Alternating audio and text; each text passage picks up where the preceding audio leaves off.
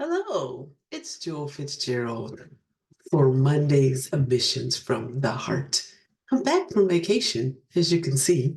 The last two Mondays I was somewhere else, and now I'm back.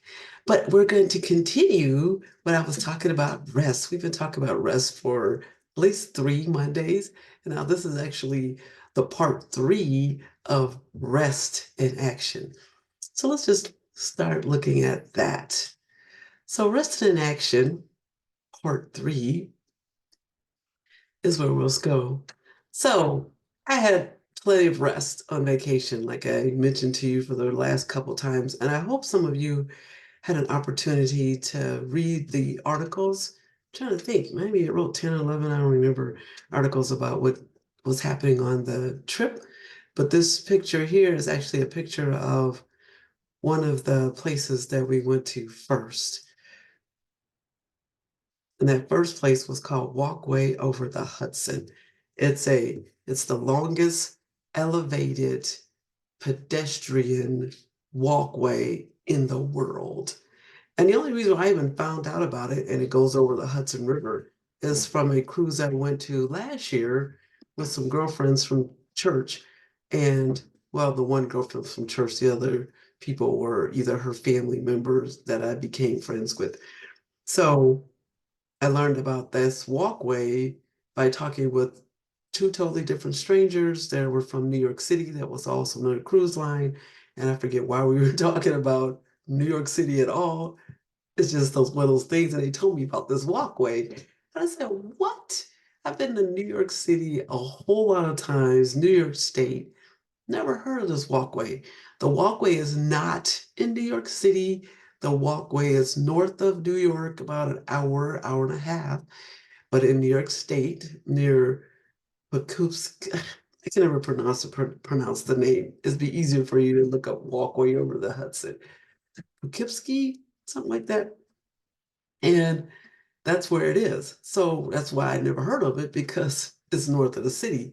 I wish I could remember if when I was in Girl Scouts, because I was in Macy's, I'm gonna need to check to see where relationship those two are. When I was north of the city, about that same distance, probably was right there. Didn't even know about it, and they didn't even mention it either. So I don't know, because otherwise I would have see if I could have done that then. But that wasn't God's timing. It was His timing for me to go this time with four of my walking friends. So we walked over there, went to that walkway, walked over the Hudson. Then we on the other side, instead of backtracking, we walked through the area and walked back across another bridge called Midway Hudson. And that bridge is not a pedestrian walkway, it's a bridge that has traffic on it. So we were walking with traffic that was going back and forth on that bridge. So it was a nice big loop, 4.5, yeah, about 4.5 miles. So it was kind of cool. And if anybody knows that I have this intense bridge obsession, so I was able to get two bridges in one trip. So that was pretty cool. And then the next day, we spent the whole day just being in New York City, doing this hop on and hop off bus, which I had never done before. I've been to New York City a whole lot of times. I've always driven there, stayed generally in New Jersey. Every now and then I have stayed in New York City. And when I've stayed in New York City, generally is because it was a government kind of job and they were paying my way. So I stayed there. So it didn't matter. I've been to New York City a lot of times, but always either flying in or driving in and taking the train, the subway everywhere I went. This time I didn't get on the subway at all. Did this New York City hop on and hop off bus and got to see a whole lot of different news sites that I may not have seen before, didn't have time to see. So it was kind of cool doing it with four friends. And the reason why we even did that, well, three friends actually, because one of the friends went to visit her cousin. So we didn't see her during the day while she was hanging out with her cousin. I also got to hang out, see my cousins and several people from church because they came and met us while we were in the city. So anyway, so New York City, that was an interesting way to see it, to hop on and hop off. That way you got to stay above ground and actually see the city. Because anytime you go on the subway, that's a whole nother world. It's like a whole nother city, a completely different city, underground, underground. It's a real city underground, but it's an efficient way to get through town by subway. So we did that. Mainly because they did that because two people had never been in New York City and they needed to see the must-sees. And it was just fun just to see those must-sees with them and see the excitement of seeing things that they've never seen before, in addition to giving me some opportunity to see things that I've never seen before. Then there's the Kennedy Space Center. I've been wanting to see that since forever because I've been in and out of Port Canaveral a whole lot of times because I either sail out of there or sail in there, like coming from New York City. But I go do different things. So this time instead, I'm going to see Kennedy Space Center, and that's what I did. So that was a whole lot of fun, even though I got to do it all by myself. Actually, I didn't do it by myself. I was with God. So it was my date with him, spending my time at Kennedy Space Center. Not going into all detail on all of these things because it's just repeating what I've talked about in the videos before or have written on the travel article, which you can read in depth on your own. So anyway, so then I repeated 3 ports of call. I've been to Port Canaveral before, I've been to Nassau before, I've been to Coco Cay. So there wasn't any new ports of call for me, and there wasn't hardly anything. Well, I'll take it back. Nassau, every time I go there, there's always some slight changes because they're always improving, always doing something to the port area. The city itself may look a little the same, but the port area has always changed. But I did see some more changes this time too, and even though I just was there last year, so I saw some changes just even in a year. So it's just cool just to go back to see these places again. Even though Port Canaveral, I saw I got to see it in a different way because I got to see Kennedy Space Center and then Coco Cave. It was just the same as it was last year. We got a chance to hang out on the beach and eat and just have a good time sunning in the weather. And then, okay, so all of these things, how all this ties in with rest. Okay, doing these things are restful. Being on a vacation is always restful. That's what people think about restful. You go on a vacation just to get away from the normal grind that we do when we're at home, having relationships, having jobs, having volunteer opportunities, whatever it is we do every single day. Most of us have some kind of routine pattern thing that we do on a regular, and we go on a vacation just to get away from something like that, do something different, enjoy life doing something else. And you can't always go on a vacation all the time. So for me, even though I was doing these things, some of these things, when you're on a vacation, sometimes can be very stressful, can be time consuming, can make you go places where sometimes maybe it's not so restful because, hey, you got to be at the Kennedy Space Station by a certain time. We got to catch that hop on and hop on bus to be there. We got to get done by a certain time to get the last bus so we can get back to where we need to be at the hotel. You gotta drive up to the Hudson Walkway. I mean, that stuff takes time. How much time does it take? I mean, there's planning involved with it. You just don't get up and go do it. So sometimes you might even bring a little bit of stress comes into a vacation that's supposed to be restful just because of the things we want to do, the things we want to see. But God always gives me rest even while I'm doing his will. Those things, the Kennedy Space Station, that was a desire that he gave me. The walkway was definitely a desire because it satisfied the bridge a session that he's given me. And then the fact that we had to walk by a train station, I'm like, oh, I got to see a trains too. So trains and bridges, they go together. I just love seeing that kind of stuff. And the walkway used to be a train line that they stopped having and it became a walkway, and that's why it's so straight. But anyway, so however, regardless of what I have wanting to do or planning to do or being with friends and what they want to do and I go along with their program, those, like I said, can be stressful. But he also gives me rest in doing stuff that he wants me to do. Because those are things we just do for fun. Those are just things we do for whatever, going on a cruise, sailing, swimming, all that kind of stuff. But he has stuff that he wants me to do in addition to this. Any vacation I'm going on, in spite of the itinerary that is set, he still gives me other stuff that's not part of the itinerary that I'm doing alone with him. But yet he's giving me rest in the process of while he's doing, having me do that. For example, on this particular trip, I was going to Sundays, so I had to do 2 devotionals still. Just because I'm on vacation doesn't mean I stopped writing his devotionals and publishing them. Then he also had me write travel articles every single night about what we did. The cool part about writing those articles every single night, it helped me while I'm fresh. We just did whatever we just did. I got a chance to write it down fresh while it was in my mind. And then it was almost like an extended part of the journal that I write every day anyway. But this way it's more detailed and it's more available for others to use so that when they go to this location, then maybe they might want to do it. And how do you do that when you get there? What do you have to do sometimes? It just depends on what the travel article is about, because all my travel articles are very different depending on the location that I'm going to be in. Now, this particular time, the travel article, so that you're thinking, okay, that's already work. Two devotionals, travel article every single night. And in addition to that, what I didn't put on here, I'm posting pictures of what we took, of what we did during the day. So that's like every day, two things, posting Facebook pictures and writing a travel article about what happened during the day to enhance the pictures that were posted on Facebook. The travel articles can be another stress factor added into it, because it's like, okay, now you're actually working. This is supposed to be a vacation. Why are you working? Even though there's no pay involved with doing devotional, there's no pay involved doing the travel articles, but there are things that God wants me to do for His will. Yet at the same time, they provide me rest in the process.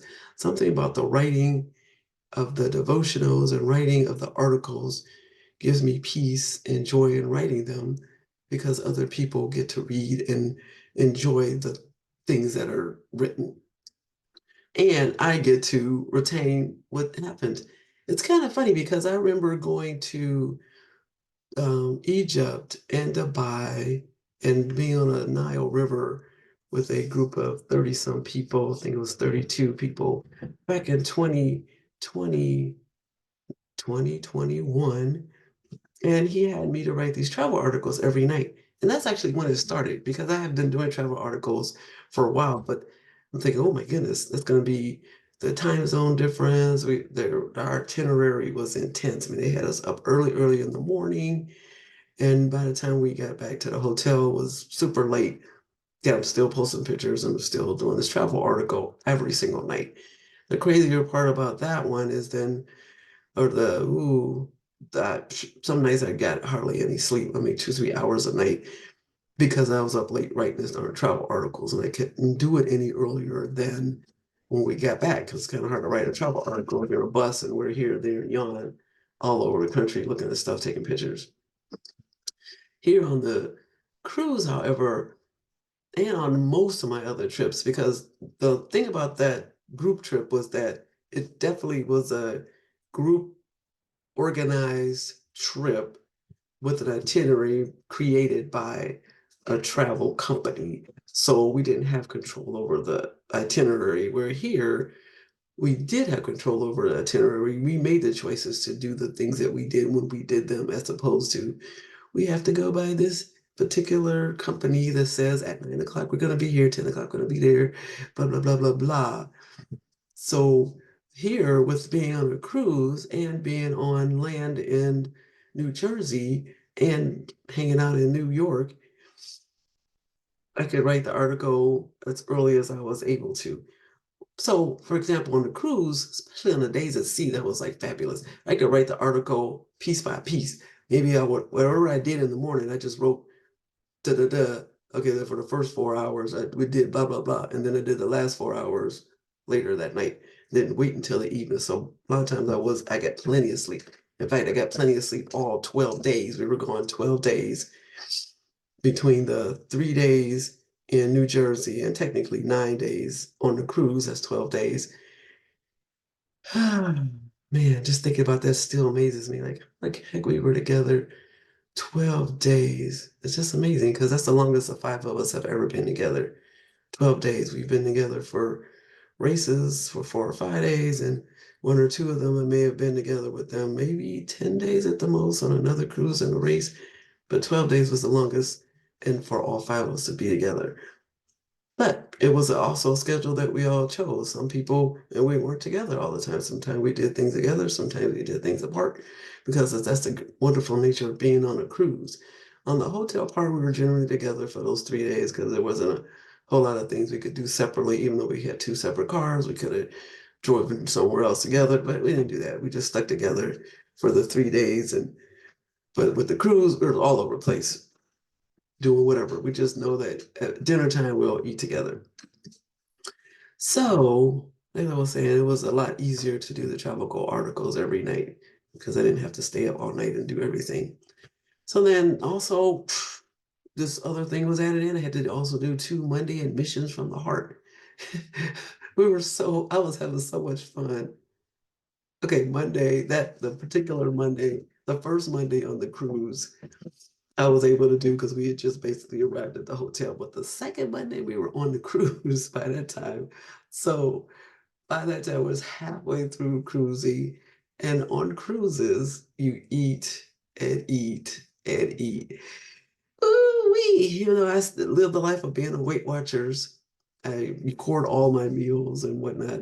I didn't do any recording for the whole 12. Well, I think it might have recorded the first 3 days because I was on land. But once I got on the cruise, I didn't record a dime of what I ate. I just knew how much I ate, and I know I was going to be over, and that's just the way it was going to be. Because I just accepted that. Just but at the same time, I know what I should eat and how much I should and shouldn't eat.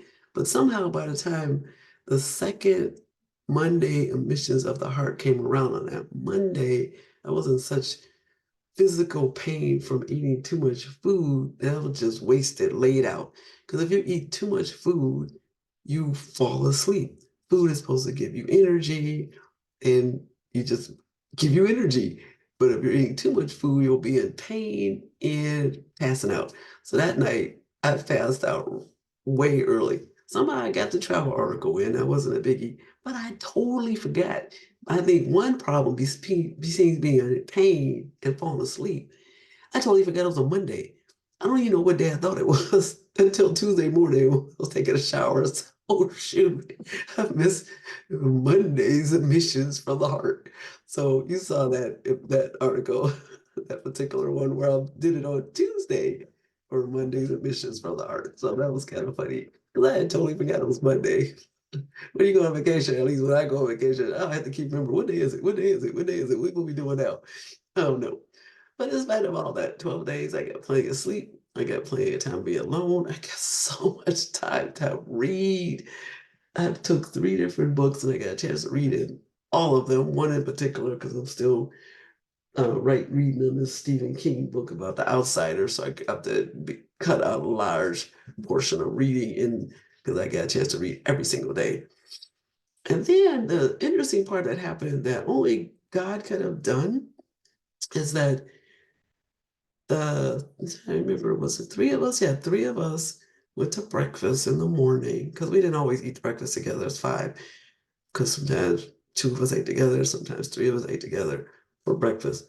I don't think we even had a breakfast. Maybe one breakfast that all 5 of us ate. It's just that for dinner, we usually all 5 of us generally ate together, except for 2 days when the 2 of them did something else and 3 of us ate together for dinner. And then the one night, all 5 of us didn't go because we wanted to go to this particular show. So we ate earlier today somewhere else, but we still ate together that particular day. So at this breakfast, they put us, the 3 of us that was eating breakfast together with 4 other people, strangers that we didn't know, which was cool because I love meeting new people that way because that's easier to meet more new people when you're eating over a meal. And that's just how it goes.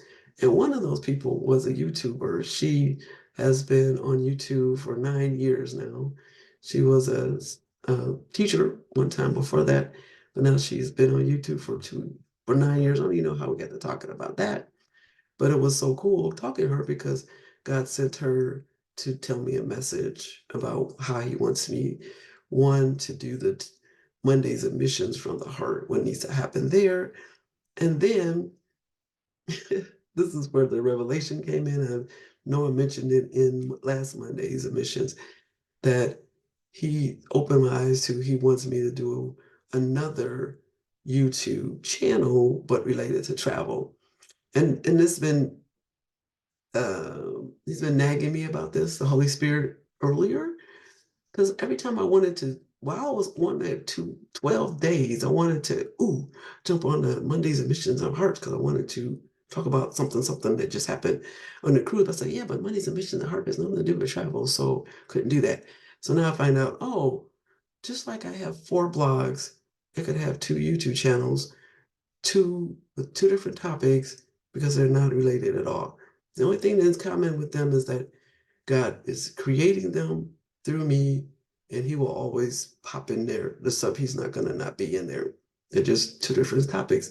So stay tuned for that travel YouTube channel that's coming in the future. It's just in the works right now as God directs me on what that looks like, how that's going to be handled. Just like I have the 4 blogs, now it'll just be 2 YouTube channels. I can't imagine they wanted me to go somewhere else with that because I can't imagine being any more than that. But right now, this is where we're going.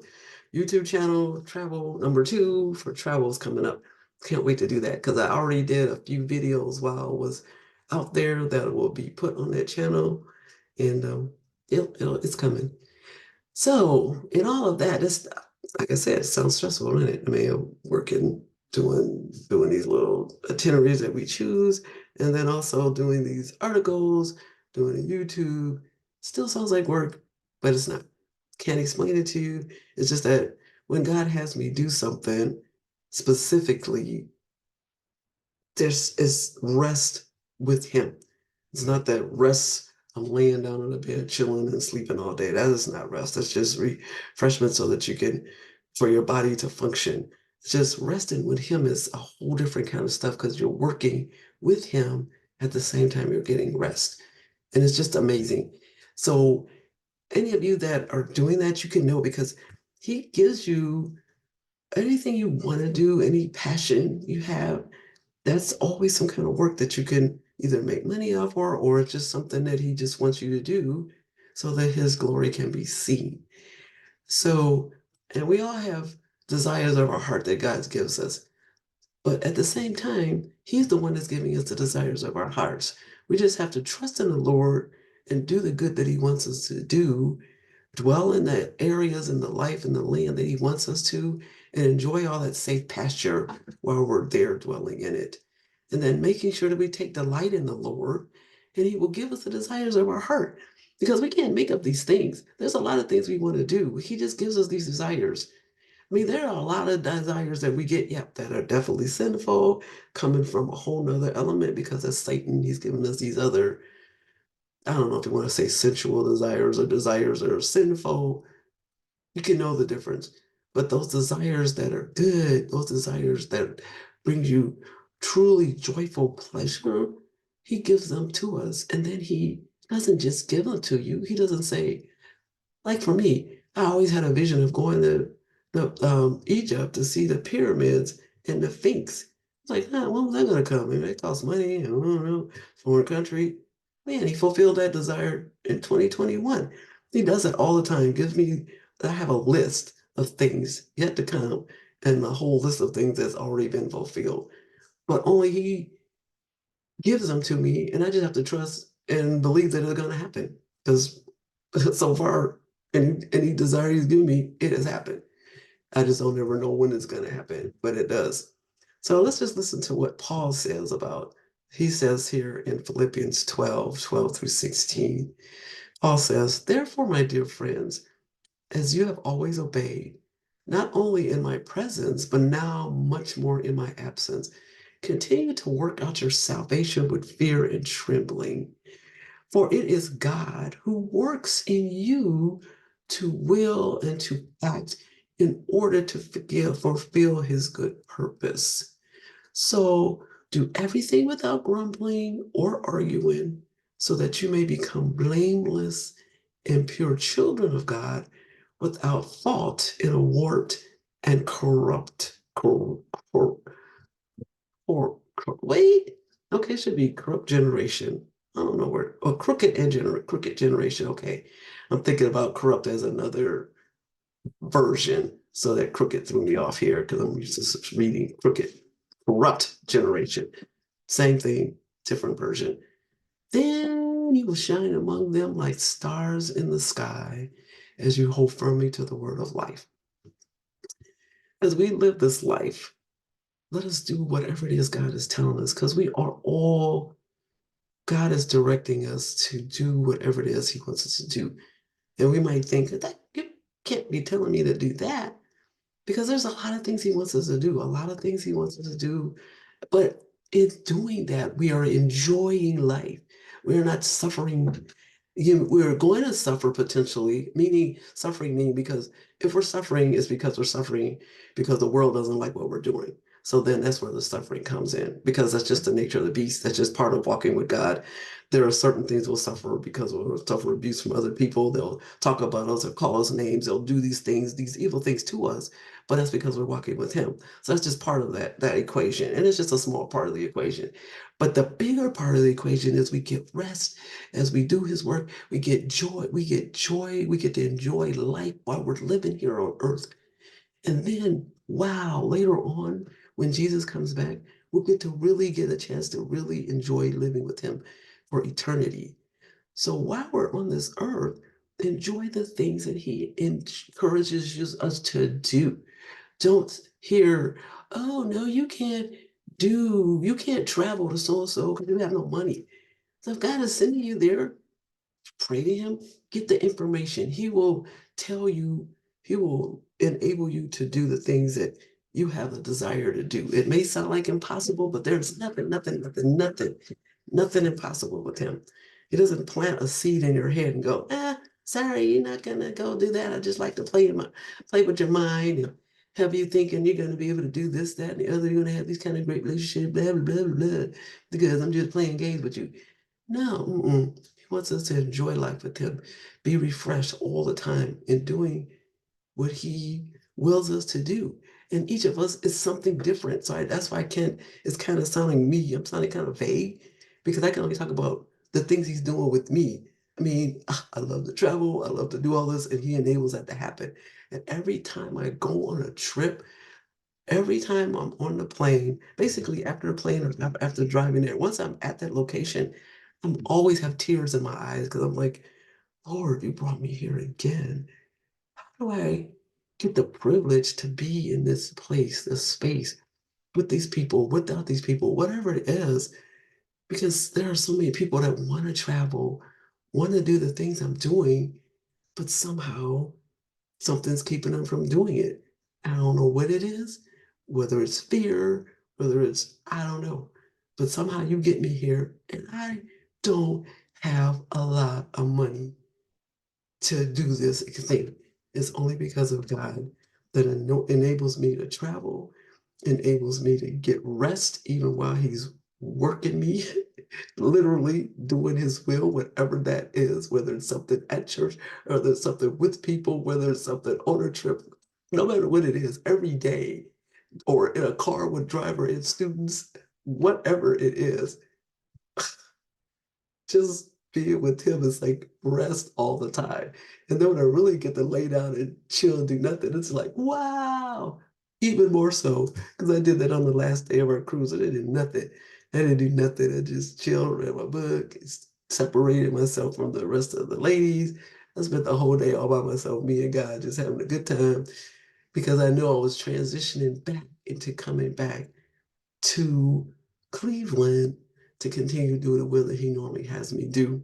So tomorrow I'm back on the regular track of being with students, walking with friends, whatever, doing my church duties, whatever it is He has me doing, because it's a lot. Because that's what my life is, life to the full. But when I was on a cruise, it really wasn't so full, even though I was still doing the writing and all that kind of stuff. None of that changed. But I got to just see Him in nature. I get to be alone with Him. I get to enjoy just being at rest. So I hope that this part three, which I didn't think it was going to happen because I wasn't planning on having all these parts. I thought the first one was going to be rest. When I first started this, they didn't have any parts. And next thing you know, we added 3 parts. So I'm thinking, oh my goodness, I'm going to be back at home. Why am I still talking about rest? Because it's just so important to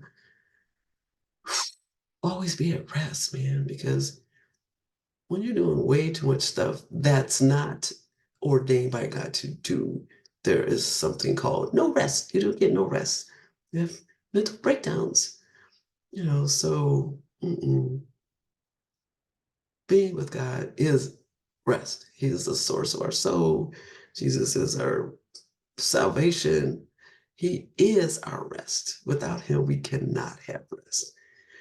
So may you find rest in the things that God is directing you to do and directing you to enjoy in life, because we all have things that we enjoy doing. Do those things. Find those things to do. Don't let work, your job work, whatever that is, because your job work is something God will want you to do, unless that's something that you're only doing because you need the money, because if it's not a job that God sent you to do, because he puts us in different places to work, whether we're getting paid or not, for his purpose.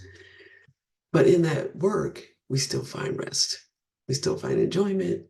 May you find rest in God doing the things that he's ordained you to do, man. Because I'm just saying, I'm always amazed because he has me doing a lot, and I'm like, it wasn't for him. Yeah, I can't have rest at the same time doing this, because I know I've mentioned this in other videos before. When I was the one in control of my schedule, there was no rest, there was no peace, there was no joy. It was just all work and no play. So may you find that rest as you walk with God, do His will, because His will, you will find is really what you want to do. See you next week, and next week is June. This is the last day of the month. See you next month.